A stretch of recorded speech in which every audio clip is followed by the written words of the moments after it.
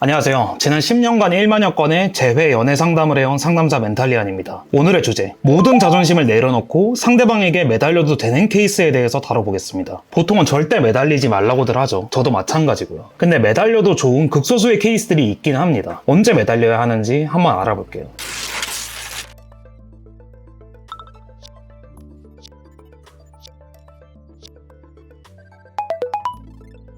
일단은 매달림 자체는 재회에 있어서 기본적으로 굉장히 위험한 행동이 맞기는 해요. 왜 그런지에 대해서 설명하고 넘어가겠습니다. 아마 재회에 별 의지 없는 분들은 이 부분 건너뛰실 것 같긴 한데 자세하게 얘기를 한번 해볼게요. 일단 매달림은 프레임을 낮춰서 재회를 망칩니다. 이거를 이해하기 위해선 재회 심리학을 이해를 해야 하는데요. 남녀가 사귄다는 건 동등한 관계를 유지한다는 뜻이에요. 우리는 느끼지 못하지만 커플은 사실 대등한 관계로 만나오고 있습니다. 인간은 기본적으로 자기보다 못한 사람을 만나고 싶지 않아 해요. 그래서 학창시절을 떠올리면 나에게 매달리거나 하는 사람들이 매력적이지 않게 보이죠. 종종 사귀었던 사람이 매달리면 오히려 감정이 식어버리는 경험을 한 번쯤은 다 해보셨을 거예요. 이건 우리의 무의식에서 너보다 가치 낮은 사람을 사랑하지 말아라 라는 명령이 떨어지기 때문입니다. 결론적으로 중요한 건 상대방에게 저자세를 보이지 않고 매달리지 않아야 한다는 말이에요. 매달리게 되면 상대방의 무의식은 변합니다. 매달리는 사람이 좋은 사람인 건 알겠는데 사귀고 싶지 않고 설렘이 사라지는 상태가 돼버려요. 이거를 프레임이 낮아진다 라고 표현합니다. 매달리게 되면 문제가 여기서 발생해요. 상대방 입장에선 나보다 아래에 있는 사람이구나 라고 무의식적으로 느끼면서 감정이 사라져버리는 겁니다. 이해가 안 가실 수도 있어요. 하지만 우리는 매일 우리도 모르는 사이에 비교를 합니다. 쟤는 나보다 잘생겼어, 못생겼어, 나보다 부자야, 거지야 등등이요. 마찬가지로 남녀관계도 무의식적으로 쟤는 나보다 나아 혹은 못났어를 판단합니다. 모든 인간은 자신과 대등하거나 그 이상의 사람을 만나고 싶다는 점에서 매달리게 되면 나보다 아래야 라고 판단하게 되면서 상대 매력이 사라지게 되는 거예요. 아무튼 매달림은 이 프레임을 박살내게 됩니다. 한번 매달려 보신 분들은 아실 거예요. 두 번, 세 번 계속 매달리게 됩니다. 이 과정에서 프레임이 완전히 날아가 버리게 됩니다. 아마 상대방 마음이 점점 다쳐가는 걸 보시고서 이 영상도 보고 계실지 모르겠어요. 특히 예전에 한번 매달려서 재미를 봤던 분들이 이 방법을 사용하시는 경우가 아주 많습니다. 매달려서 잡혔을 때가 있기 때문에 그때의 보상을 기억하는 거죠. 그러나 이번에는 달랐다면 매달림 전략은 접는 게 맞습니다. 예를 들어서 이런 사례가 있었어요. 예전에 4년을 만나면서 수십 번을 헤어졌다 만났다를 반복했던 사연이 있었어요. 늘 여자분 쪽에서 잡아서 관계를 유지했던 사연이었습니다. 그런데 이번엔 헤어지고 나서 상대방이 처음으로 잡히지 않기 시작합니다. 그러니까 여자분 입장에서 예전에는 늘 이걸로 됐다는 기억이 있으니까 끝없이 똑같은 전략으로 매달림만 반복했던 상황이었습니다. 결과적으로는 완전히 프레임을 잃어서 끝나버린 케이스가 있었죠. 절대 웬만하면 매달림 전략을 쓰지 않아야 한다는 이유가 여기에 있습니다. 자, 매달림이 위험한 이유 두 번째는 진심을 보이고 매달리는 건 상대를 존중하지 않는 행동이기도 해요. 물론 지금 상대방을 놓아주고 존중하자는 주장을 하려는 게 아닙니다. 재회를 하려고나 하는데 재회라는 거는 어쨌든 앞에서 얘기했던 프레임 그리고 이 사람이 얼마나 나를 잘 존중하느냐를 판단하는 척도인 신뢰감 두 개의 개념이 중요합니다. 이 두 가지의 점수가 얼마나 높으냐에 따라서 재회 여부가 결정된다고 생각하시면 돼요. 이 관점에서 매달림은 신뢰감 점수도 엄청나게 깎아먹어요. 보통 사연을 보면은 자주 싸우고 헤어지신 분들이 자기 진심을 보여가지고 상대방의 상처를 풀어줘야 한다고 생각을 하는데 그렇지만은 않아요. 상대방은 성격 차이가 심해서 헤어지는 건데 매달리는 거는 성격을 고쳤다는 증명을 보여주는 것도 아니죠. 오히려 이별의 원인을 인정하지 못하는 의존적인 성격이라는 거를 다시 보여주는 꼴이 됩니다. 무슨 말인지 좀 이해 안 가시죠? 요약하면 재회라는 건 프레임 신뢰감 점수가 잘 맞아야 되는데 매달림은 두 가지 모두 점수를 잃는 행동이다. 이렇게라도 알고 가시면 되겠습니다. 자, 그럼 본론으로 돌아와서 도대체 매달려도 좋은 경우는 언제일까요? 다음 네 가지 조건을 만족할 때입니다. 첫 번째, 웬만하면 여러분이 남자이고 상대방이 여자일 때. 두 번째, 서로 6개월 이상 교제하셨을 때. 세 번째, 사귀는 동안 싸우고 다시 만나는 게 끝없이 반복되었을 때. 네 번째, 상대방의 마지막 대사가 너는 한 번도 져주는 게 없다, 사랑하지만 너무 힘들다, 또는 진심을 보고 싶다와 같을 때. 이 네 가지 중에 3개 이상이 포함이 된다고 하면 매달리는 것도 좋은 방법이라고 생각합니다. 이유를 간단하게 설명드릴게요. 첫 번째, 웬만하면 여러분이 남자이고 상대방이 여자일 때. 이게 왜 그러냐면 남자분이 매달림을 유리합니다. 남자와 여자 평균 자존심을 비교해보면 여자분이 훨씬 높은 경우가 많아요. 여기서 자존심이라는 거는 단순히 화를 잘 내고 성격이 센 걸 의미하지 않습니다. 자존심이 세다는 거는 먼저 다가가는 걸 최대한 하지 않으려는 성향을 뜻해요. 그래서 자존심이 비교적 강한 여자들 쪽에서는 대시를 받으려고 하려고 하지 않는 경우가 많죠. 그래서 이별 후에 여자들은 연락을 하고 싶은데 참고 있는 경우가 꽤나 있습니다. 그래서 남자분이 매달리는 경우에 단순 자존심 싸움 문제로 헤어졌을 때 무난히 재회가 되는 경우가 있습니다. 두 번째, 서로 6개월 이상 사귀셨을 때. 6개월 미만의 연애는 아직 서로 프레임이 확정적으로 쌓이기 전의 단계라고 생각하시면 돼요. 6개월 이상 사귄 시점부터는 서로 간의 추억들을 성격들도 있고 감정의 깊이가 달라지면서 그전과 다른 연애 패턴으로 진입하게 됩니다. 그래서 6개월 미만의 연애에서는 매달림을 잘 추천하지 않아요. 서로 추억이나 이런 것들이라도 있으면 모르겠는데 비교적 적을 수밖에 없는 상황에서 감성 공격이 잘 통하지 않는 경우가 많습니다. 세 번째, 사귀는 동안 서로 싸우고 다시 만나는 게 끝없이 반복이 되었을 때. 이 경우는 서로 고프레임인 케이스가 거의 100%예요. 그래서 매달림 전략이 먹혀드는 경우가 많습니다. 일단 서로 싸우고 깎아내린다는 건 의외로 서로 굉장히 좋아해서 그러는 경우가 많아요. 마음에도 없는 남자 여자에게 화를 내는 사람이 잘 있을까요? 그냥 무시를 하겠죠. 저 프레임 케이스는 오히려 굉장히 무난하고 평범하게 헤어집니다. 서로 싸운다는 건 고프레임, 저신뢰감 케이스가 많기 때문에 이때는 매달림 전략이 통하는 경우가 있습니다. 네 번째, 상대방의 마지막 대사가 너는 한 번도 져주는 게 없다, 사랑하지만 너무 힘들다, 진심을 보고 싶다, 이와 같을 때 이거는 이미 여러분의 프레임이 초급 프레임이라는 걸 뜻해요. 70점만 돼도 서로 재회를 하고 연애를 하는데 무방하다고 치면 이미 프레임이 100점이라고 생각하시면 됩니다. 그래서 이거는 여러분이 매달린다고 해도 100점의 프레임을 80점으로 낮추는 거기 때문에 70점보다는 위에 있기 때문에 무난하게 재회가 되는 케이스들이 있습니다. 그리고 이 멘트들은 생각해보면 사실 매달려 달라랑 똑같은 말이겠죠. 어쨌든 이 네 가지에 해당되는 경우에는 매달리는 것도 고려를 해보셔도 좋다는 말씀입니다. 단 매달렸을 때 당장에 잡히지 않는다고 해서 패닉할 건 아닙니다. 그때는 제가 지난번 영상에서 제작한 전남친을 후회하게 만든 5가지 기법에서 아이디어를 얻고 전략을 짜시면 됩니다. 이 영상이 들어가 보시면 스스로 전략을 짜신 분들의 후기 댓글이 굉장히 많은데 아마 이분들도 영상을 보고 연구를 많이 하셨을 거예요. 그래서 천천히 접근해도 괜찮아요. 스스로 영상을 보시고 공부를 하신 뒤에 재접근을 시도하세요. 늦지 않습니다.